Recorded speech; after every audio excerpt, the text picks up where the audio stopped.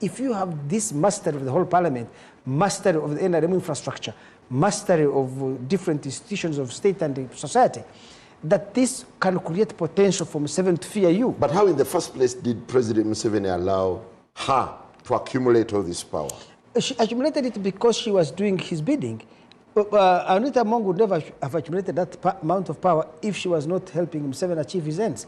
So if you're in Museveni's shoes, there are people you use. In trying to use them, they may accumulate a lot of power. Because for you to be able to control that parliament, you need to have a sizable influence. Because what she was doing in parliament, she was not doing it for Anita Among, she was doing it for President Museveni. So that's the contradiction of power that Anita Among found herself in.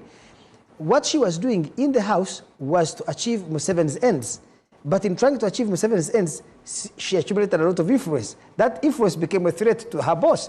Then her boss said, I'm clipping your wings. So he will raise another person, and that person will fall. So this is a Museveni-Anita war, right? I think that is the fundamental. The fountain matrix of this struggle is Museveni trying to clip the wings of a person who had potential to become a rival. I told you there is a convergence of different but compatible pursuits. There is Muhoozi's pursuit of corruption. We must clamp down on corruption. And there is Museveni's pursuit of power. I must clip the wings of any person who has potential to become a rival. These are two different, but they are compatible interests or compatible pursuits. So it is not that each one of them is acting with the same motive. Muhoozi's motive is clear.